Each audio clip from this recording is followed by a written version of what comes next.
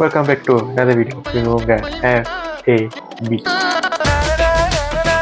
DD next level படத்தோட movie review தான் பார்க்க போகிறோம்.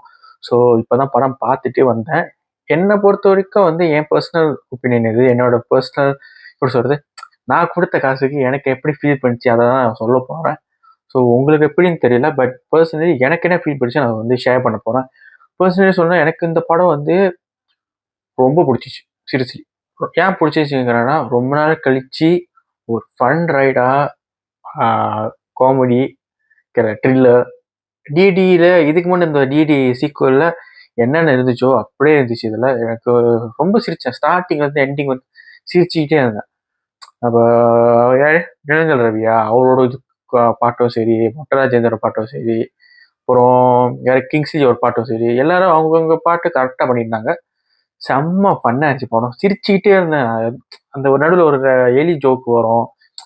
நான் உண்மையிலே ரிவ்யூ பண்ண வேணாம் தான் நினைச்சேன். ஏன்னா எப்பவுமே ரியாக்ஷன் தான் பண்ணுவேன். ஸோ ஏன் ரிவ்யூ பண்ண நினைச்சேன்னா, நான் இந்த படம் பார்க்கறதுக்கு முன்னாடி ஒரு ரிவ்யூ பார்த்தேன். அந்த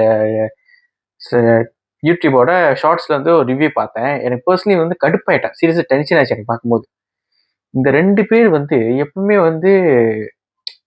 பர்சனல் ரிவ்யூ சொல்றத விட வன்மத்தை அதிகமாக தாக்குறாங்க எனக்கு ஃபீல் பண்ணிச்சு. ஏன்னா இந்த விஷயத்த பார்த்தோன்னே எனக்கு செம்ம டென்ஷன் ஆச்சு பார்த்தோன்னே.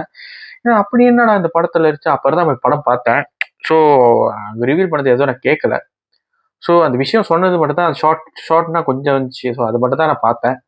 ஸோ படம் பார்த்துட்டு எனக்கு செம்ம செம்ம ஹாப்பியாக இருந்துச்சு. படம் பார்க்க செம்ம ஃபன்னாக இருந்துச்சு. ஃபன் ரைடு ஜோக்கும் சரி, அவங்க கவுண்டரும் சரி, ஃப்ளோ இந்த எப்படி சொல்கிறது, எங்கேயுமே டவுன் ஆனிச்சுன்னா எனக்கு என்னை பொறுத்த வரைக்கும் எதுவுமே இல்லை. சீரியஸ்லி ஃபன்னாக போணுச்சு. இது நம்ம சஸ்பென்ஸோ அந்த மாதிரி எதிர்பார்த்த படம் இல்லை. ஏன்னா இதுக்கு முன்னாடி டிடி அப்படி தான் இருந்துச்சு.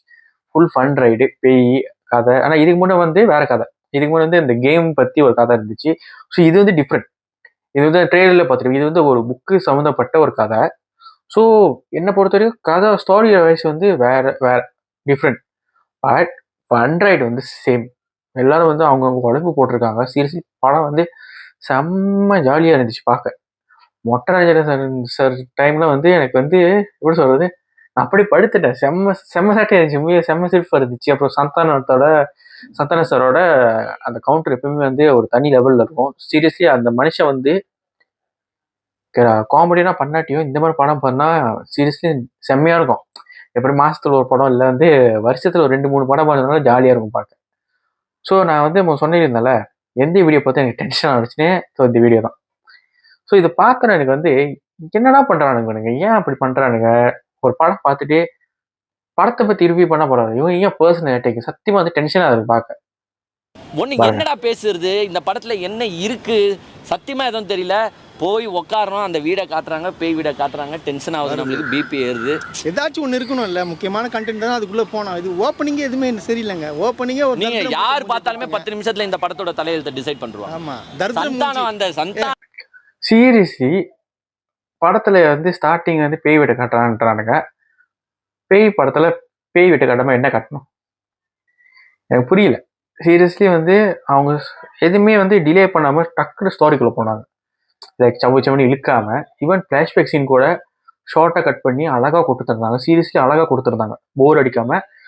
ஷார்ட் அங்கே புக்கு இது கொஞ்சம் எப்படி சொல்கிறது, ஸ்பாயிலர் மாதிரி தான் இருக்கும். வேறு வழி இல்லை. இந்த மாதிரி ஆளுக்கு இப்படி தான் பேசி ஆகணும். லைக் புக்கு படிப்பாங்க, அது ஒரு ஃப்ளாஷ்பேக் போயிட்டு வரும். புக்கு படிக்க நிறுத்தினா காண போயிடும், அப்படியே ஃப்ளாஷ்பேக் நின்றோம். ஸோ அப்படி தான் போயிட்டுச்சு. எங்கேயுமே சலிக்காமல் போர் அடிக்காமல் இருந்துச்சு ஃப்ளாஷ்பேக் சீன்லாம். ஸோ திருப்பி என்ன இந்த கட்டம் தான் எனக்கு செம்ம டென்ஷன் ஆச்சு. தர்திர மூஞ்சி போட்டாலே எப்படிங்க படம் படம்? அதை விடுறா, இவன் பொறாமையில பேசுறாங்க. யார் மேல? பிரசாந்த், நீங்க சூப்பரா நடிக்கிறீங்க மிஸ்டர் பிரசாந்த். அருமையா சிவாஜி கணேசன் தோத்துருவாரு உங்ககிட்ட. இப்ப பாருங்க, இப்ப ரிவ்யூ போடுவார் பாருங்க, படம் பயங்கரமா இருக்கு, சூப்பரா இருக்குன்னு. சீரியஸ்லி தருத்திரம் மூஞ்சி அவர் செம்மையா இருக்காரோ எனக்கு தெரியல. அது சீரியஸ்லி தருத்திர மூஞ்சி என்ன வார்த்தை அது? நீ கொடுக்குற காசுக்கு படத்தை ரிவ்யூ பண்ண, படத்தை பத்தி பேசு. ஒரு மனுஷனை தனிப்பற்றி பர்சனல் அட்டாக் பண்றது ரொம்ப தப்பு. சீரியஸாக சொல்லலாம்.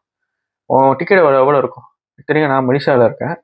எனக்கு செம்ம டென்ஷனாக இருக்கு 2 பேர்த்த பார்க்க. ஏன்னா பேசுகிற வார்த்தையும் சரி, அவங்க ஒரு படத்தை வந்து ரிவ்யூ பண்ணுறேன்னு சொல்லிட்டு ஒரு ஆள் பர்சனலாக தாக்குறாங்க. வேற தருத்திர மூஞ்சி நல்லாவா இருக்குது கேட்க.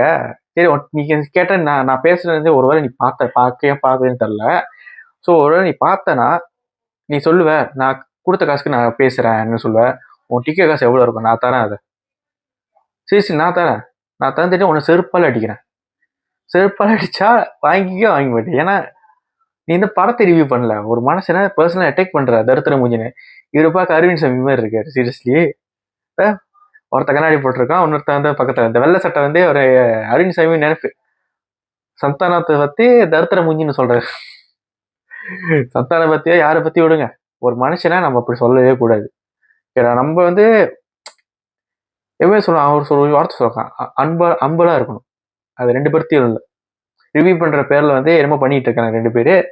சீரியஸ்லி இவங்கெல்லாம் வந்து தேட்டர் சைடே பேன் பண்ணிடணும்.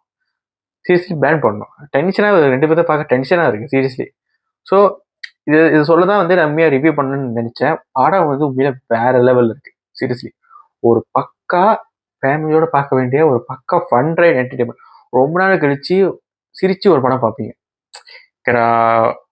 எமோஷன் இல்லாமல் ஒரு எப்படி சொல்றது, கொலை இருக்கு. பட் நான் சொல்றது வந்து இந்த ப்ரூட்டல் இருக்குல்ல, இந்த ஆக்ஷன் ஃபிலிம் அந்த மாதிரி இருக்காது. மேலே சொல்றேன், கடைசி வரைக்கும் சிரிச்சுட்டு பண்ண தேட்டர் வெளியாகும்போது ஸோ இன்னைக்கு ரொம்ப நம்ம வந்து ஃபுல்லாக சிரிச்சோம்ல, அந்த மாதிரி ஒரு ஃபீல் கொடுக்கும். ட்ரஸ்ட் மீ, சீரியஸ்லி நான் வந்து எனக்கு வந்து ரியலி ஹாப்பி. இந்த படம் பார்த்து நான் கொடுத்த காசுக்கு I am very satisfied. Seriously damn satisfied. So இந்த வீடியோ பிடிச்சா லைக் பண்ணுங்க, ஷேர் பண்ணுங்க, சப்ஸ்கிரைப் பண்ணுங்க. இந்த 2 பேர்த்த வந்து தெரில என்னால் வந்து சேர்த்துக்கவே முடியாது. ஸோ இது உங்க AAE. Peace. It's the rise of the dragon.